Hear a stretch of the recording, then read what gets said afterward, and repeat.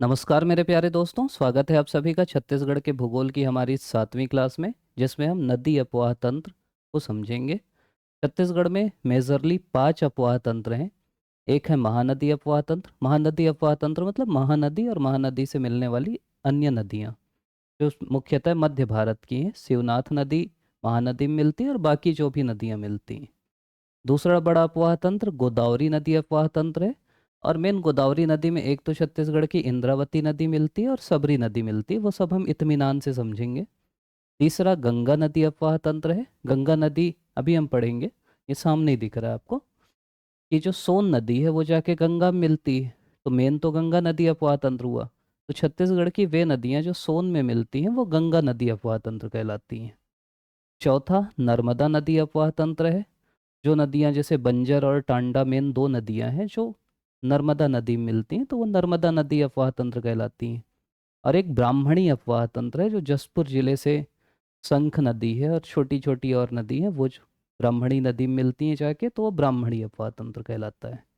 आज की इस क्लास में हम मेन सोनगंगा नदी अपवाह तंत्र, ब्राह्मणी अपवाह तंत्र और नर्मदा अपवाह तंत्र को समझेंगे। तो इस मैप से आप समझ रहे होंगे कि एक सोन नदी है। ये सोन नदी आपको पता होगा, अमरकंटक से निकलती हैं दो नदियाँ। जोहिला नदी भी निकलती है, ऐसे तीन नदियाँ। एक नर्मदा, एक सोन और एक जोहिला। तो सोन नदी जाके मिलती है गंगा नदी में। तो इस अपवाह तंत्र को आप सोन नदी अपवाह तंत्र भी बोल सकते हो, गंगा नदी अपवाह तंत्र भी बोल सकते हो, क्योंकि अल्टीमेटली तो गंगा में ही मिलना है। अगर इंद्रावती अपवाह तंत्र बोला तो इंद्रावती में मिलने वाली नदियाँ हो गई। गोदावरी बोला तो इंद्रावती प्लस सबरी हो जाएगा। तो ऐसे आपको समझना है। मान लो शिवनाथ अपवाह तंत्र भी आपसे पूछ सकता है, तो शिवनाथ में मिलने वाली नदियाँ। तो सोन नदी बह रही है हमारे ऊपर से, छत्तीसगढ़ के ऊपर से। तो यहाँ छत्तीसगढ़ के ऊपर से मतलब उत्तरी छत्तीसगढ़ में। तो इसमें जो मिलने वाली मेन नदी है, एक तो ये बनास नदी है। काला काला हो जा रहा है। तो मेन एक तो है बनास नदी, दूसरी नदी है गोपद। गोपद बनास में ही जाके मिलती है। चित्र से ही समझ जाओगे तो आपका आधा काम हो जाएगा। फिर एक नदी मिलती है जिसका नाम है नेयूर नदी।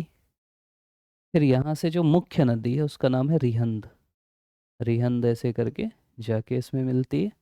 रिहंद में एक डैम भी है, याद करो, अभी मैं बताता हूँ कौन सा है। और फिर एक नदी है कन्हार। कन्हार ऐसे करके इसमें मिलती है। तो एक सवाल आपसे ये पूछ सकता है कि इसको पूरब से पश्चिम या पश्चिम से पूर्व की ओर जमाइए। ये तो आपको पता होगा, इधर पश्चिम है और इधर पूर्व है। मतलब ना इस टाइप का पढ़ा करो तो पीएससी वाले सवाल करीब करीब तो पूछ चुके हैं। कुछ नया ही पूछेंगे, तो आप कुछ नया सोच लिया करो अपने दिमाग में कि यार ये तो पूछ सकते हैं। तो पश्चिम से पूर्व क्या हो सकता है? बनास गोपद तो साथ ही मिल गई। फिर नेयूर है, फिर रिहंद है और फिर कन्हार है। मतलब बनास, नेयूर, रिहंद, कन्हार। बनराकस वाली बात हो रही ना। बनराकस देखे हो ना, पंचायत। बनरा का। तो बी से बनास, ना से नेयूर, रा से रिहंद, का से कन्हार, सा को छोड़ दो। तो ऐसे कुछ सोच सकते हो, अपने हिसाब से सोच लेना, लेकिन याद रहना चाहिए, मैं ये बोल रहा हूँ। ऐसे याद भी करते हैं, मतलब ऐसा मेरे को अचानक, अभी इससे पहले मैं कभी नहीं देखा था, सोचा था। तो ऐसे ही कुछ भी सोचो और याद करो, तरीका वही है याद करने का। आप अगर ये सोचेंगे ना कि आप बहुत ज़्यादा कुछ नई ट्रिक निकालेंगे, ऐसी नॉर्मल ट्रिक रहती है। याद होना चाहिए बस। दूसरी चीज़ है कि ये निकलती कहाँ से हैं यार नदियाँ। तो बनास नदी निकलती मांझ टोली की पहाड़ी से। अब बनास को आप रिलेट कर सकते हो, बनास कैसे उच्चारण हो रहा है? बांस टाइप का उच्चारण हो रहा है। बांस कहाँ से निकलता है? मांझ टोली से। ऐसा सोचो कि बांस के पत्ते से आप बर्तन मांझ रहे। कुछ भी सोच लो, उल जलूल सोचो, कोई दिक्कत नहीं है। याद रहना चाहिए, मैं ये बोल रहा हूँ। तो बांस, मांझ, टोली। दूसरा है गोपद। गोपद है, बांस में जाके मिल जाती है। गाय बांस खाती है, कुछ भी सोच लो यार। गोपद कहाँ से निकलती है? सोनहट के पठार में। ऐसा सोचो कि गाय, जैसे पुराने जमाने में पहले तो सोना से आप विनिमय करते थे। सोने के जैसे ही पहले गाय भी वही मानी जाती, मतलब आप, गाय हमारी माता है तो उसको स्वर्ण के समकक्ष माना जाता था। तो वहां से आप सोच सकते हो सोनहट की पहाड़ी गोपद, या गाय, गोपद मतलब गाय का पैर। तो ऐसा समझो कि जहाँ गाय के पैर पड़े वो सोने के समान है। या आप सो रहे थे और गाय का पैर पड़ गया आपके ऊपर, कुछ भी सोचो मैं ये समझा रहा हूँ, याद रहना चाहिए। कभी गोपद आया तो आप सोनहट में टिक कर दो। टिक करने वाला ये नहीं पूछेगा कि तुम कैसे टिक किए, तुमको याद था कि तुम ऐसे ही कुछ सोच के किए, उसको उत्तर से मतलब है, मैं ये समझा रहा हूँ। अगली नदी है नेयूर नदी। फिर है आपकी रिहंद नदी। रिहंद नदी निकलती छुरी मतीरंगा की पहाड़ियों से। तो क्या सोच सकते हो, रिहंद कैसे सोच सकते हो? रिहंद को हिंद से याद कर सकते हो। हिंद है छुरी मतीरंगा। थोड़ा और ऊपर कर देता हूँ। तो रिहंद नदी निकलती छुरी में, ऐसा समझो कि हिंद वाले छुरी लेके घूमते हैं। कुछ भी, मैं वही बोल रहा हूँ यार, ये आप अपने हिसाब से याद कर सकते हो। यह हिंद, और ये रंगा मतलब तिरंगा, है ना। एक शब्द चाहिए बस आपको। आप हिंद का ये देखे, इधर रंगा देखे, आपका उत्तर आ गया। छुरी मत तिरंगा याद नहीं, चल जाएगा, मैं ये समझा रहा हूँ। रिहंद नदी में ये सब नदी मिलती हैं। एक का नाम है सूर्या, एक का नाम है मोरनी, एक का नाम है महान, और ऐसी नदी हैं कुछ कुछ, है ना। उस टाइप का याद किया था उस समय कि जब सूर्य निकलता है तो मोरनी नाचने लगती है। इस टाइप का कुछ कुछ सोच लिया था कहानी। तो ये सब नदियां याद हो गई थी। मेंस में भी ना, कई लोग बोल रहे हैं कि भैया मेंस के हिसाब से पढ़ाओ, मेंस के हिसाब से पढ़ाओ। यही लिखना है यार। मेंस में आएगा सोन नदी अपवाह तंत्र। आपको ये चित्र बनाना है, बहुत इससे पेश रहता नहीं, 8 नंबर का आएगा। ये चित्र बनाना है सभी नदियों के बारे में, दो दो लाइन लिख देना है, आपका उत्तर हो जाएगा, उसी में नंबर मिलेगा। वो बहुत अंदर पढ़ोगे ना तो नहीं मिलेगा। तो रिहंद नदी, छुरी मतिरंगा, हिंद, तिरंगा, सूर्या, मोरनी, महान। वो सूर्या भाव से भी याद कर सकते हो, फिल्म देखे हो आप लोग, हमारे जमाने में खूब आती थी वो। फिर है पंडरा पाट। पंडरा पाट से एक नदी निकलती जिसका नाम है कन्हार। पंडरा पाट में एक चोटी है, उसका नाम है बखोनी चोटी। वहां से जो नदी निकलती है उसका नाम है कन्हार। कन्हार को कैसे याद रख सकते हो? ऐसा याद सक, यहाँ बखोनी से याद रखो या किसी और से याद रखो। तो मैं सिंपल बोल रहा हूँ, पंडरा पाठ पी से होता है, मैं अलग अलग तरीका सिखा रहा हूँ। कन्हार के से होता है, तो ऐसे सोचो पीके, पीके फिल्म आई थी ना, पंडरा पाठ कन्हार, याद हो जाएगा, बहुत टाइम नहीं लगता। बस ये कन्हार से आपको पीके याद आएगा, पी से पंडरा याद आ जाएगा, काम हो जाएगा। तो एक पार्ट है जिसका नाम है पंडरा पाठ, वहां से एक नदी निकलती है जिसका नाम है कन्हार, वो भी मिलती है। क्रम अपन देख लिए। अब इन नदियों के बारे में थोड़ा थोड़ा जानते हैं यार। अब जैसे ये सवाल आया तो आपको इसी टाइप का लिखना है, ये मेंस के हिसाब से ही हम लोग लिख दिए। ऐसे सब हेडिंग में लिखोगे ना तो नंबर ज़्यादा मिलता है। एक ही चीज़ ने तो आप पैराग्राफ में लिखोगे तो एक ही चीज़ बहुत ज़्यादा लिख दोगे। तो जैसे सोन नदी अफवाह तंत्र है, सबसे पहले आप बताओगे कितना प्रतिशत है, तो लगभग 13.63% है। 13.63%। अब मान लो मेंस में आपको याद नहीं आ रहा है 13.63, तो लगभग 13 लिख दो, लगभग 14 लिख दो, कुछ भी लिख दो। उतना भी याद नहीं आ रहा है तो लिख दो लगभग कुल क्षेत्रफल का 1/6। 1/6 तो नहीं होगा, 1/6 हो सकता है ना, 15×6 = 90, 1/7 लिख दो, इस टाइप का कुछ भी। 1/8 लिख दो, 1/8 होगा करीब करीब मेरे को लग रहा है। तो इस टाइप का मैं बोल रहा हूँ, लगभग लिख दो, कोई दिक्कत नहीं होती। और छत्तीसगढ़ का तीसरा सबसे बड़ा है, पहला महानदी है, दूसरा इंद्रावती वाला है, गोदावरी वाला, तीसरा यही है। फैलाव कहाँ कहाँ है, तो मुख्यतः सरगुजा संभाग में है, खासकर सरगुजा, कोरिया, जसपुर, इन जिलों में है। ढाल किधर है, ढाल आप देख ही लिए, ऊपर सब नदी जा रही ना, जिधर नदी बह रही वो ढाल है। तो मेन ढाल इसका है उत्तर की ओर। नदियाँ क्या हैं, रिहंद है, कन्हार है, बनास है, गोपद है, बीजाल है, नेयूर है। सोन नदी का संस्कृत नाम है हिरण्य बाहु। अब एक एक नदी को देखते हैं। जैसे पहली है रिहंद नदी, सबसे मेन नदी यही है। इसको बोलते हैं सरगुजा की जीवन रेखा। सरगुजा के बीच से निकलती है और सरगुजा को मेन यही पानी देती है, तो इसीलिए सरगुजा की जीवन रेखा बोलते हैं। अब कहाँ से निकलती है हम अभी देखें। रिहंद को हिंद से याद कर लो। हिंद देश के निवासी तिरंगा फहराते हैं, तो छुरी मत तिरंगा की पहाड़ी से जो सरगुजा में है वहाँ से निकलती है। अब मिलती कहाँ है, तो मिलती है सोन नदी से। कहाँ पे मिलती है, तो रेणुकूट में मिलती है। रेणुकूट।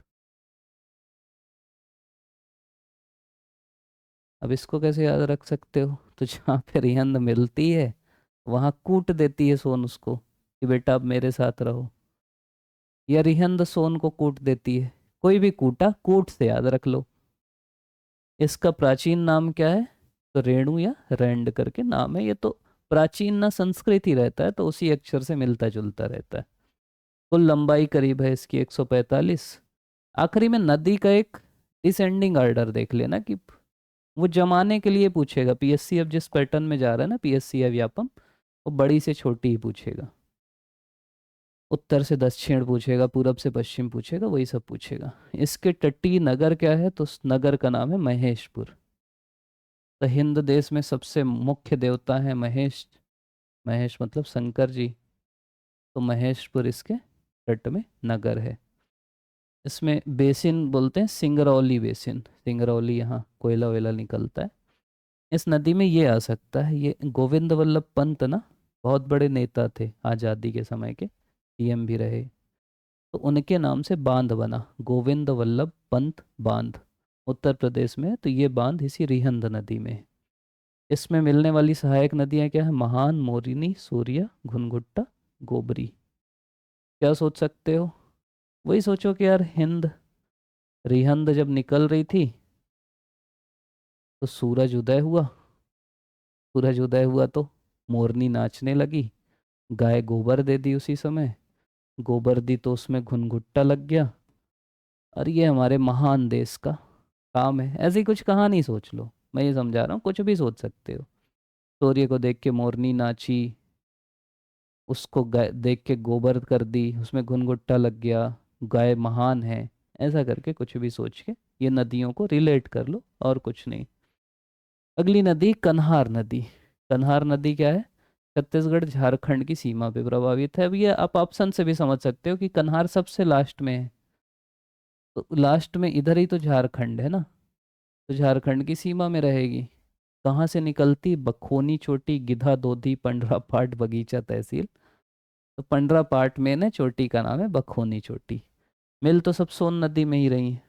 प्राचीन नाम इसका रेणुका है, ये ध्यान रखना। इसका प्राचीन नाम है रेणुका। इनका ज़्यादा याद रखना, जो थोड़ा सा मिलते जुलते नहीं है ना, जैसे रिहंद का रैंड तो समझ में आता है। कन्हार से रेणुका, फिर लंबाई इसकी 115 है। और इसका तटीय नगर है, उसका नाम है डीपा डी। इसी डीपा डी में ना गलफुला सूर्या नदी से संगम होता है ये कन्हार का। तो सूर्या ऐसे बहुत याद मत रखना, कई ठो नदी को सूर्या बोल देते हैं हम लोग। तो इसका तटीय नगर है डीपा डी। इसकी सहायक नदियां हैं सिंदूर, गलफुला, पेंगन, चिनान। जैसे जलप्रपात में भी ना, अगर कोई ऐसा जलप्रपात है जो कई जगह है, एक ही नाम है, तो मत याद रखना। वो नहीं पूछेगा, होगा भी तो विलोपित हो जाएगा। तो वो पूछो जिसमें जो विलोपित होने की संभावना नहीं है। नदियाँ कौन कौन सी, सिंदूर, गलफुला, पेंगन, चेनान। इसको मैं ऐसा कुछ याद करा था कि कन्हार जो है वो किसी के सिंदूर लगा दी तो गाल फुला लिया, ऐसे करके कुछ। वो चीन का आदमी था, या चीन का आदमी आके कन्हार को सिंदूर लगा दिया, वो गाल फुला के सोन में मिल गई जाके। तो ऐसे करके कुछ भी उलझलूल याद रखना है, मैं ये समझा रहा हूँ। आप लोग समझ गए होगे कैसे याद रखते हैं, और ये भी समझ गए होगे कि यार मैं भी पास किया हूँ ये एग्ज़ाम। तो ऐसे ही लोग पास करते हैं, मतलब ऐसे ही सोच के ही पास करते हैं। ठीक, ऐसा मत सोचना कि टॉप पर कोई है उसको सब याद रहता है। भले टॉप करने के बाद कोई नहीं बताता, लेकिन सच्चाई यही है कि किसी को याद नहीं रहता, सब भूल भाल जाते हैं। मैं अब खुद भूल गया हूँ ये सब। आप लोग को पढ़ाना है करके पढ़ रहा हूँ। कुछ चीज़ गलत भी बता सकता हूँ, कमेंट में बोल देना। हाँ, एक चीज़ और यार, कमेंट से याद आया, कई लोग बोल रहे हैं कि भैया आखिरी में ना एमसीक्यू कराओ, मल्टीपल चॉइस क्वेश्चन कराओ, और पीडीएफ का पूछ रहे हैं। देखो पीडीएफ में बताया था कि यार, शुरू में बता दिया था कि देखो यार, पढ़ाना मेरा काम है, यूट्यूब में वो फ्री रहेगा। एमसीक्यू भी मैं इस चीज़ के लिए मना लिया हूँ टीम को कि यार एमसीक्यू भी फ्री कर दो। जो प्रीवियस ईयर क्वेश्चन है ना, मत लो उसका कुछ, मतलब उसके लिए उन लोग मान गए। पीडीएफ कुछ हो सकता है नॉमिनल चार्ज रखें, अब इतनी मेहनत कोई कर रहा है तो आप तो यहीं से नोट्स बना लो यार, अगर आप नहीं कर सकते, क्योंकि बहुत सारे लोग के मैसेज आए कि भैया आप दे दो, हम ले लेंगे। तो जो ले सकता है वो ले लेना, नॉमिनल चार्ज ही रहेगा। जो नहीं ले सकता यहीं से डायरेक्ट नोट्स बना लेना, कोई दिक्कत नहीं, या यहाँ से पढ़ के किसी और बुक से पढ़ लेना, या हो सकता है इसकी फिर बुक फॉर्म में भी आ जाए। एमसीक्यू की जो बात है, उसके लिए कर रही टीम काम। उनमें लोग ये कर रहे हैं कि हर एक टॉपिक का वेबसाइट जल्दी लॉन्च हो जाएगी, एक दो दिन में। तो हर एक टॉपिक का आपको उस वेबसाइट में एमसीक्यू मिल जाएगा। जैसे अभी आप नदी पढ़े, तो आप जाके देखोगे, नदी में क्लिक करोगे तो उसके पूरे सवाल आ जाएंगे। वहाँ आपका टाइमर भी चलेगा कि आपको ये 50 सवाल हैं, 50 मिनट में बनाना है। चारों ऑप्शन दिखेंगे, आप उसको क्लिक करते जाना, बनाते जाना। आखिरी में वो रिजल्ट बता देगा कि यार कौन सा सही है कौन सा गलत है। तो वहाँ से एक आपको फेल भी आएगा करने का, आपका रिवीजन भी हो जाएगा, तो वो जल्दी लॉन्च हो जाएगा, इसलिए मैं नहीं करा रहा हूँ। तो जलप्रपात की अगर बात करें, तो एक कोठली जलप्रपात है, एक कन्हार नदी में। तो ऐसे याद किया था, के से कोठली के से कन्हार, बात खत्म। और एक पवई जलप्रपात है जो छनान नदी पे। ये ना मैं अभी पढ़ा रहा हूँ तो मेरे को याद आ रहा है कि मैं कैसे याद किया था। इसको मैं याद किया था, चनान को छना से याद किया था, पवई को पाव से याद किया था। मैं सोचा था एक पाव चना, पाव भर चना बोलते हैं ना, तो चनान नदी से पवई जलप्रपात। आपको समझाया था ना, दिमाग में बस रिलेट करना है, दोनों को जोड़ दो बस। जब आप चनान देखो तो सामने तो यार, मान लो पूछा पवई जलप्रपात किस नदी में है, तो चार ऑप्शन तो आपको देगा वो, और उसमें से एक चनान भी होगा। चनान देख के बस आपको याद कर लेना है कि इसका उत्तर चनान है, बस इतना ही है। तो वो रिलेट कर लो यार, पवई से पाव याद रखो, चना से चनान याद रखो। फिर है बनास नदी, ये कोरिया क्षेत्र की प्रमुख नदी है। कहाँ से निकलती है, तो ये निकलती है मांझा टोली की पहाड़ी से, भरतपुर तहसील कोरिया से। कहाँ मिलती है, तो डिम्भा ग्राम के पास, शहडोल में, मध्य प्रदेश में सोन नदी से मिलेगी। नदी तो सब सोन नदी में ही मिल रही। प्रवाह क्षेत्र क्या है, कोरिया है और मध्य प्रदेश है। जलप्रपात इसका क्या है, रामदा जलप्रपात है। बनास नदी में क्या है, रामदा जलप्रपात। ऐसा समझो कि बांस और भगवान राम दोनों को रिलेट कर लो। और छत्तीसगढ़ मध्य प्रदेश सीमा की महत्वपूर्ण नदी है बनास। अगला है गोपद नदी। गोपद नदी कहाँ से निकलती है, सोनहट के पठार। अपन वही गाय का पैर, गोपद सोने के समान है, ऐसा समझ लो। गोपद किस में मिलती है, गोपद मिलती है, किस में मिलती है बताओ, अभी पढ़े ना अपन। गोपद मिलती है बनास में। यहाँ कहीं पे लिख भी लेना कि बनास में गोपद मिलती है। क्षेत्र तो कोरिया ही होगा, और इसके नीचे हरदी हर चौका। तो गाय का पैर से आप हल्दी, अब गाय का ही तो वो चौका, हरदी हर चौका। चौका तो समझते हो ना, छत्तीसगढ़ी है यहाँ पर। चौका मतलब चौका चूल्हा। चौके में गाय के उससे ही तो गोबर से लिपते हैं ना, तो गाय के पैर से जो गोबर खोदती है उससे, हर उसमें हल्दी मिला के चौके में लिपते हैं, ऐसा कुछ सोच लेना तो ये याद हो जाएगा। गोपद में हरदी हर चौका। देखो ये सब चीज़ ना आपको कहीं भी मिल जाएगी। मैं पढ़ा रहा हूँ दो कारण से। पहला ये कि आपको ये पता रहे कि कितना पढ़ना है। बच्चे ना बहुत पढ़ रहे हैं, इतना पढ़ लोगे, मैं गारंटी दे रहा हूँ यार, 40 सवाल कहीं नहीं गए। अगर जितना पढ़ रहे हैं ना हम लोग, उतना ही पढ़ लिया आप बाकी सबसे आगे रहोगे। दूसरा, याद कैसे करना है, मतलब साथ साथ अपन याद भी करते चल रहे हैं आपको। आप भले अपनी ट्रिक बना लेना, लेकिन आप सीखो कि कैसे याद करना है।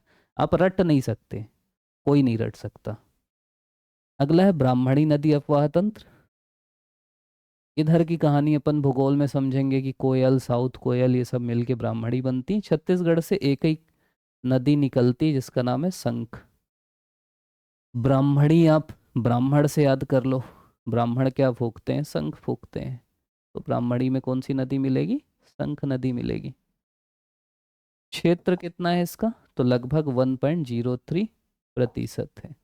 ये दोनों में आप कंफ्यूज हो गए कि ब्राह्मणी ज़्यादा है कि नर्मदा ज़्यादा है। तो ब्राह्मणी ज़्यादा है। फैलाव क्षेत्र कहाँ है? तो जसपुर में ही है। अभी अपन देखें ना, ये छत्तीसगढ़ का ये जो जसपुर वाला इलाका, यहीं से शंख निकल रही। अब ढाल दिशा क्या है? देखो, आप अगर शंख देखोगे तो इधर बह रही, लेकिन ये जो ब्राह्मणी है ये ऐसे बह रही। तो आपको ना मेन नदी की ढाल देखना है। ऐसी गोदावरी में भी आप कंफ्यूज होगे, आप बोलोगे यार इंद्रावती तो छत्तीसगढ़ के ऐसे बह रही, तो ढाल तो ये होना चाहिए ना, लेकिन गोदावरी तो ऐसे बह रही ना, तो ढाल दक्षिण की ओर होगा। सबरी भी ऐसे बह रही, तो ढाल दक्षिण होगा। इसका भी ढाल दक्षिण की ओर है। शंख नदी क्या है? छत्तीसगढ़ के जसपुर और झारखंड में बहती। कोयल नदी झारखंड में बहती। अगला है नर्मदा नदी अपवाह तंत्र। ये नर्मदा नदी बह रही, इसमें दो नदी जाती हैं, एक है बंजर, एक है ताड़ा। ताड़ा या टांडा। तो क्षेत्र कितना है? करीब आधा प्रतिशत है, 0.55। छत्तीसगढ़ का सबसे छोटा है। मतलब अगर ऐसा देखें तो सबसे पहले है महानदी, फिर है गोदावरी, फिर है सोन। सोन कितना है? करीब 13.65। फिर है ब्राह्मणी, करीब 1%। और फिर है आखिरी में नर्मदा, करीब आधा प्रतिशत। एरिया क्या है? कवर्धा, राजनांदगांव, अभी वो जो खैरागढ़ छुई खदान वाला एरिया बना, वो सब जिले हैं इसमें। ढाल क्या है? पश्चिम की ओर है। ये नदियाँ किधर बेसिकली बह रही? ये नदियाँ ऐसे बह रही। तो वो समझ लेना कि कौन सी नदी है। जैसे मान लो ये जो शंख नदी है ना, ये वाला एरिया, अगर आप छत्तीसगढ़ में बिल्कुल देखोगे ना, तो ये थोड़ा सा दक्षिण तरफ ही है। थोड़ा सा यहाँ का ये जो ढाल है इस एरिया का, वो थोड़ा सा इस टाइप का है। ये जो एरिया है इसका, तो इसीलिए इसका ढाल अगर आपसे पूछेगा तो दक्षिण बोलते हैं आप। लेकिन इस बेस पे दावा आपत्ति हो सकती है इसमें कि यार शंख तो ऐसे बह रही, तो बहुत लोड मत लेना। इसका पश्चिम की तरफ है बंजर और टांडा, क्योंकि अपनी जो नदियां हैं मेन समझ लीजिए, वो पश्चिम की तरफ ही बह रही। नर्मदा भी बेसिकली अगर आप देखोगे तो पश्चिम की तरफ ही बह रही। मतलब भारत के नक्शे में अगर आप देखोगे, नर्मदा किधर जाती? पश्चिम की दिशा में जाती। इसलिए ढाल जो है आपका पश्चिम हो जाएगा।